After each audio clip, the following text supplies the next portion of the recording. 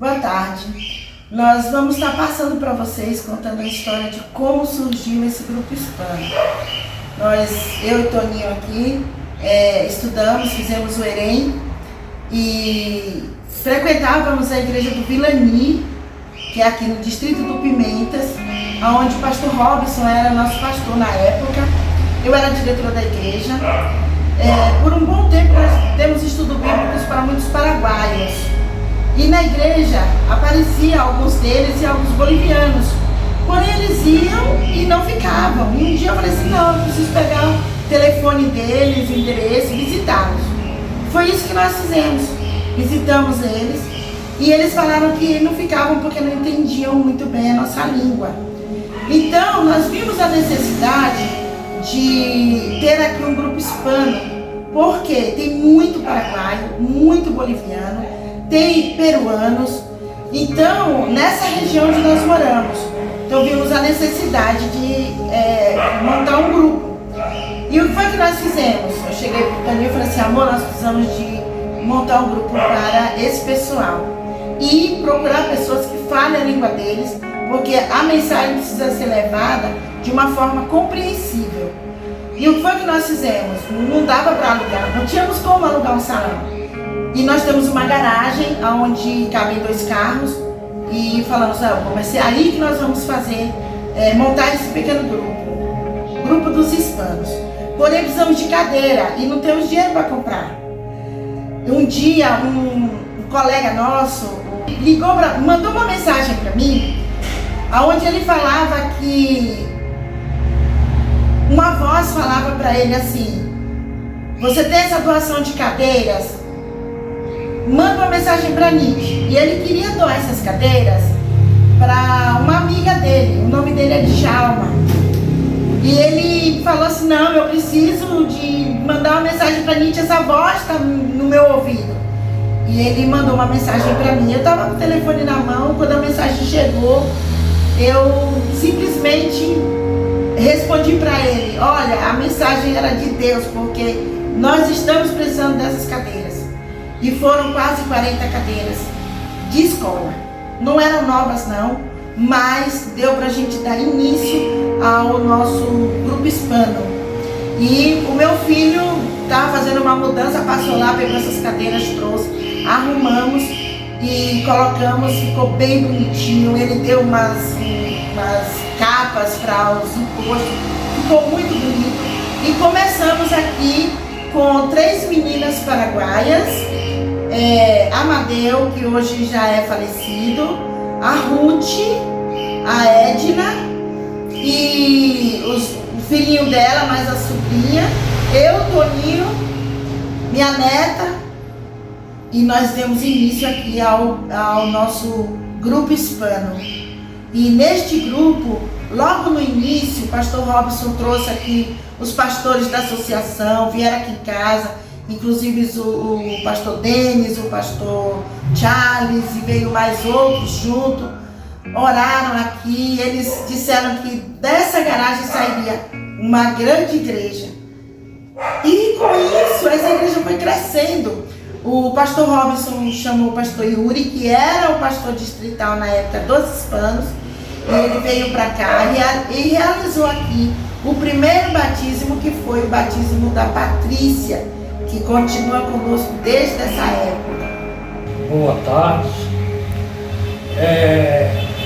Logo no começo aqui, que a gente começou com essas cadeiras que veio, deu para usar mais ou menos umas 20 aqui na frente.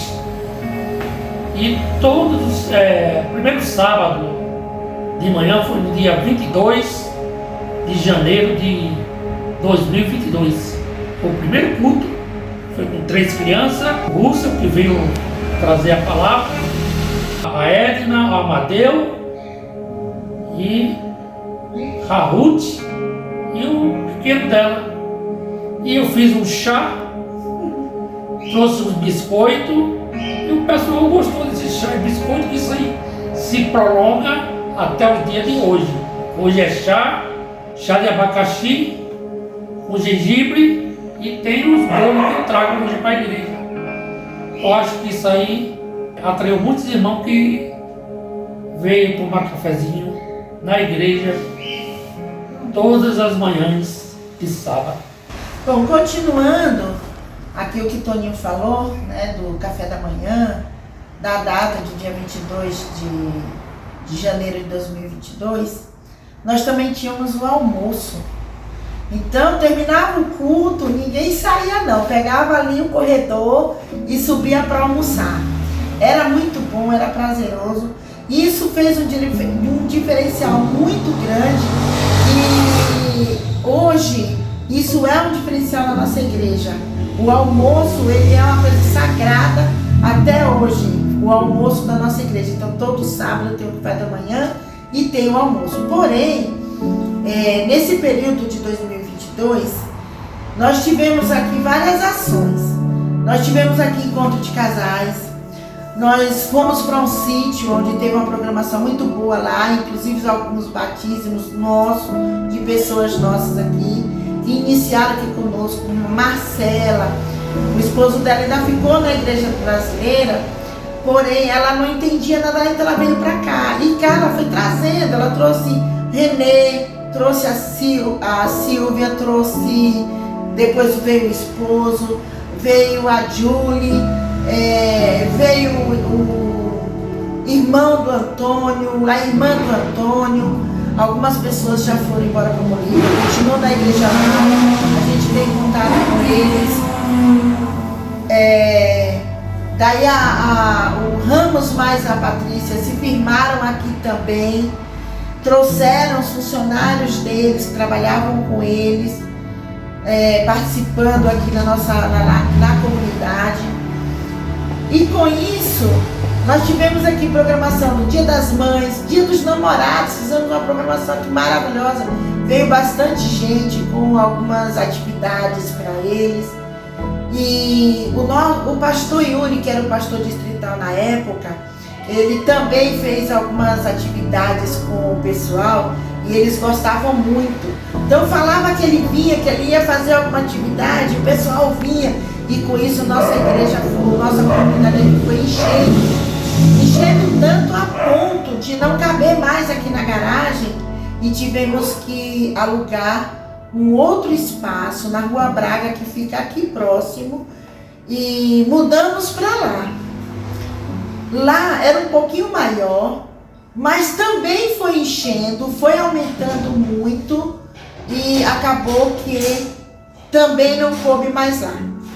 O pastor o Yuri, ele ficou todo o ano de 2022 conosco. E aí, o último mês de dezembro, ele fez o batismo da irmã do Antônio. E hoje mora na Bolívia, continua na igreja, bonitinha, direitinho.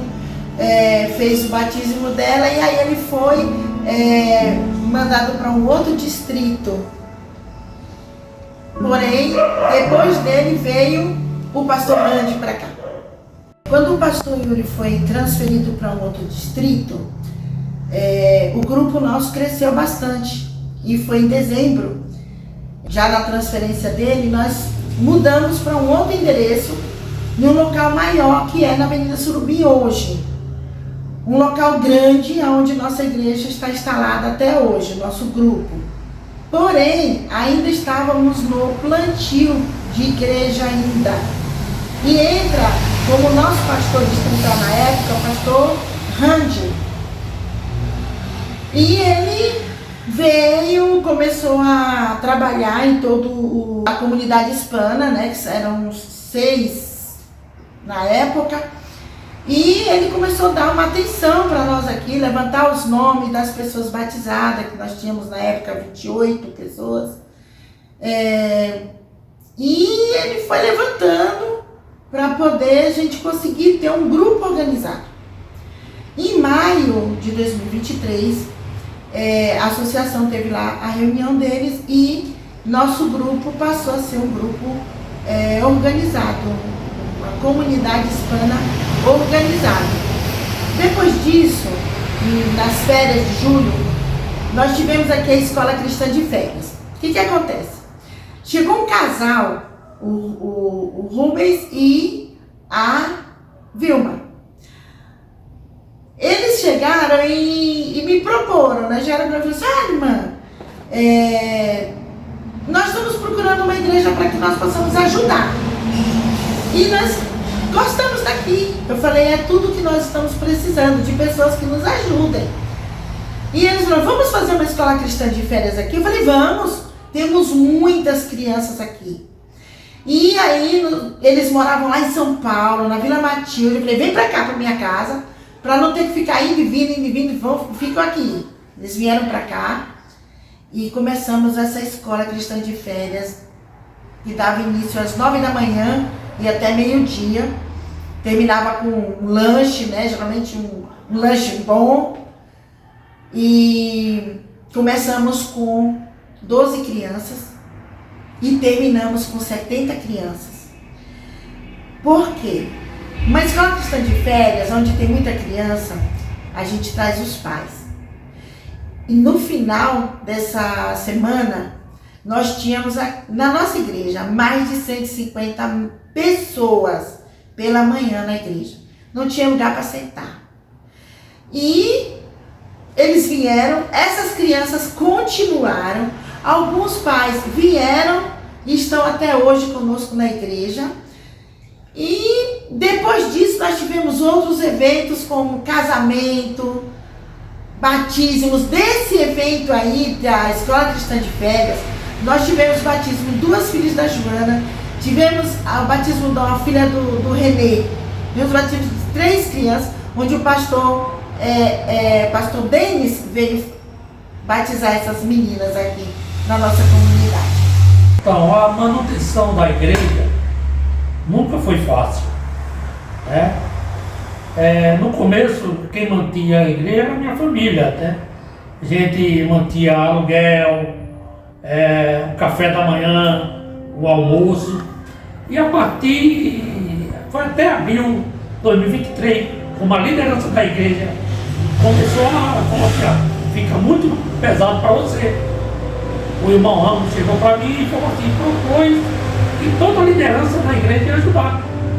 A gente fez uma reunião e o irmão Ramos, a irmã Vilma, que é a esposa do irmão Carlos Jesus, que não é da nossa igreja, é da igreja lá de baixo, mas também contribuiu com ajuda financeira para poder pagar o aluguel.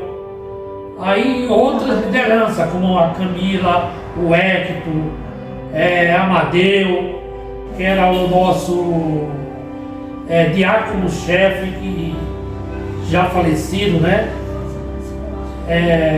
Uma pessoa muito boa, que nós amávamos muito ele. Muito boa, meu irmão Amadeu. E a Ruth, o Carlos. Então foi aí que a coisa ficou melhor, porque aí o pessoal contribuía e eu chegava aí, completava o aluguel e pagava. Até que em setembro de 2023, a associação propôs ajudar a igreja com 80% do valor do aluguel. E vem ajudando até hoje.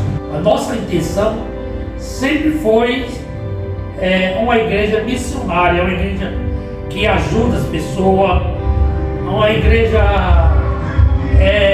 solidária, que a ação social dessa igreja sempre teve desde o início, com roupa, sapato, alimentação, cesta básica, e os irmãos sempre unidos em um só objetivo.